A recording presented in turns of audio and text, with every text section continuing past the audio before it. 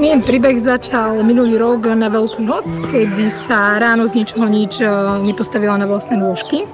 Po MR-ku vlastne zistili, že Miuška má spinálnu AV malformáciu v mieche. To je také raritné ochorenie, také klopko ciev, ktoré z neznámych príčin zakrvácalo. To je vlastne odrovnalo tie nožičky.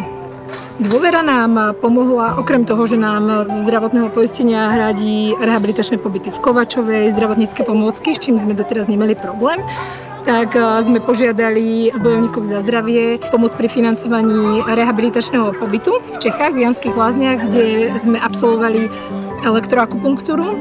Robí to iba jediný doktor tam. Aj vďaka tomu sme tú ľavú nôžku tak rozpohybovali, ako ju má teraz v tomto stave. Mia je bojovnička, odjak živa veľmi veľa športovala, tancovala, spoločenské tance robila, čiže bojuje ďalej, maká na sebe a veríme, že proste bude zase späť. Aj najsilnejší bojovníci potrebujú mať pri sebe niekoho, kto ich podrží. Sme tu pre vás na celom Slovensku, všade tam, kde ide o zdravie. Bojovníci za zdravie.